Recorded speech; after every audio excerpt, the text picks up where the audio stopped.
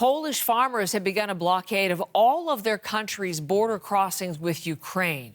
This one and other recent protests across Poland are in response to the European Union's agricultural policies. And let's bring in Abby Kugathasan, who's reporting from Berlin today, explaining why the farmers are taking this action now. Good morning, Abby. Good morning, Heather. Polish farmers say nothing will get through as they block all border crossings from their country to Ukraine, except for military aid, they say. Now, their anger directed at EU policies, certainly around reducing greenhouse gas emissions. They say that hurts their livelihoods. But particularly today, they're upset about EU policies that allow for cheaper Ukrainian farm imports to enter their country. These imports are cheaper than local products. Now, this happened because back in June 2022, the EU dropped import duties and quotas on Ukrainian products. And again, Polish farmers, along with Slovakian and Hungarian farmers, saying that this hurts their livelihood. They've been demonstrating in recent weeks, but they started a fresh 30-day strike program just a few days ago.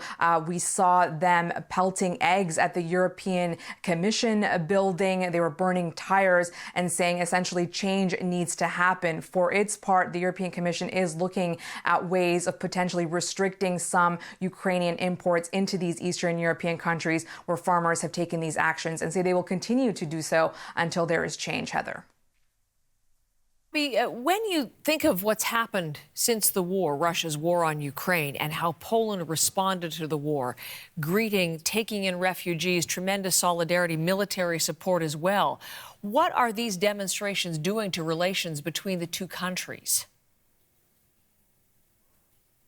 Absolutely, Heather. Poland has been a staunch supporter of Ukraine. It took in about 1.5 million Ukrainian refugees in 2022. We all remember those images of Ukrainians fleeing their countries westward on trains. As they arrived in Poland, they were really welcomed with open arms, people providing them with food, water, toys for the children, offering accommodations to anyone who needed it. And Warsaw was certainly rallying its allies to provide further military support for Kyiv from day one. But Kyiv says that these demonstrations are straining what are often strong bilateral ties. In fact, Kyiv says these demonstrations are hurting its war efforts.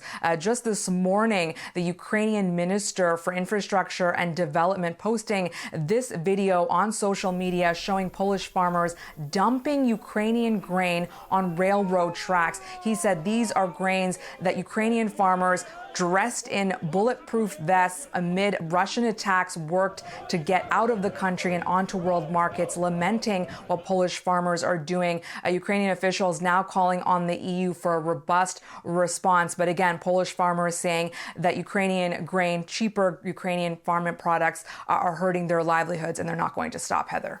Abby, thank you very much.